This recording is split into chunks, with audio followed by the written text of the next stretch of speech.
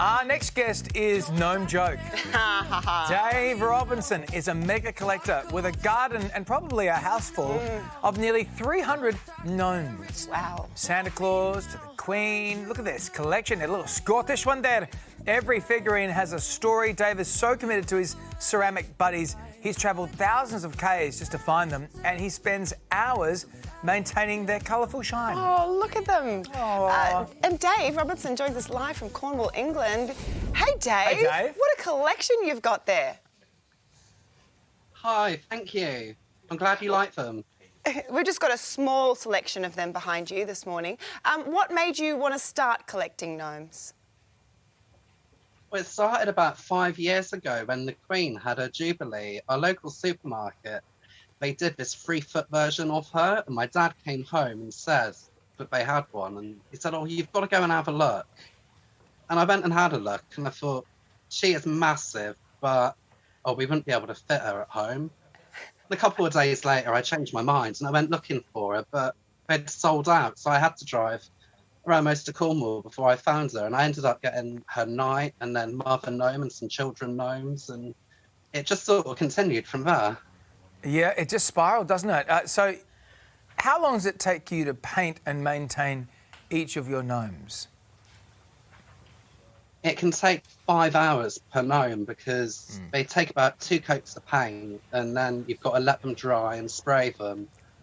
And because they're quite tall, you've got to fill them with sand so they don't blow over as well. Of course, Oh, yeah, you I hadn't thought about the don't sand. want them to break.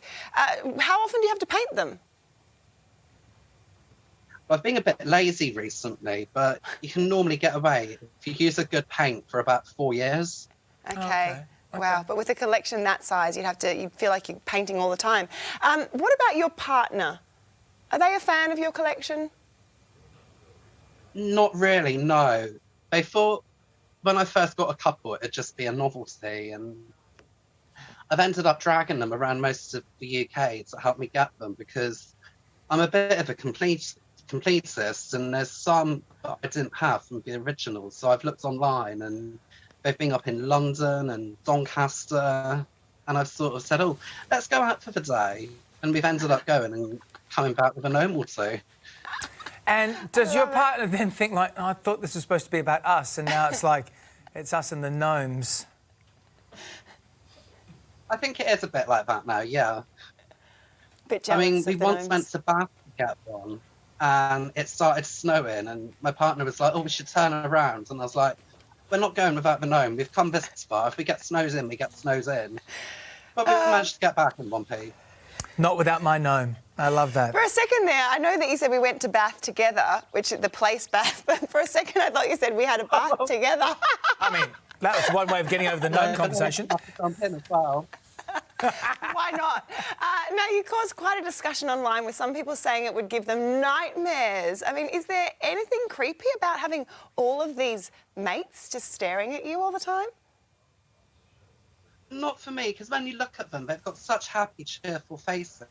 But I suppose if you weren't a fan and you had about 200 surrounding you, it might be a bit creepy. I have more questions. No, not at all. I have more questions, Dave. Your collection, how much do you think it's cost you over the years? I dread to think. I could probably have bought a house with what I've spent on it. But Okay. it's been good fun. That's it. You're living your life. You're following your passions. But for example, this one costs 42 UK pounds. Oh, that's a lot. And Wow. this one behind costs 32. But they've crept up in price the last 5 years by like That's 'cause you keep £5 buying them, and Dave. £10. So you've got It is. They know there's some idiot out there. So you've got like 300 now. I mean, are you done, or are you just going to keep this collection? Is going to keep growing and growing and growing until you need to buy a bigger house, but you don't have any money to buy the big house? Well, I'm sort of getting at that stage. I've worked out I could probably fit about another 20 in the garden, and then I'm going to have to start looking for a new house. Maybe open it up as a theme park and charge tickets to raise money for one. That's it. Gnome Great Land. idea. Are there other Gnomeland. gnome aficionados out there like you, Dave? Well, funnily enough, when I first started collecting, I put a few pictures on Instagram, and you'd be amazed by how many people have messaged me about my collection. And even on Facebook now, I get messages of people that have seen my pictures and asked me what paint I use and if I've got any spare ones I could sell them. But I was quite surprised by how popular a hobby it is. Would you sell any of them, or are they a bit like children? They're a bit like children, I suppose. I couldn't sell them, but I have in the past where I've got a duplicate one where it's secondhand. I painted it up and sold it on eBay. And funnily enough, when I went to Doncaster, I got 20 and managed to fit them in my car and bring them all back. I ended up painting some and selling them to someone who lived in Doncaster, so they ended up going back home. So good. Dave, look, good on you for, loving your life and just doing what you want to do and having a passion. I think it's great. Good on you, Dave. Well, thank you. If you ever come to the UK for a holiday, you're more than welcome to come and say hello. Oh, we would love to. If we can get through the front gate. And if you can fit us in, yes. Yeah. Okay. Thanks, Dave. Thanks, Dave.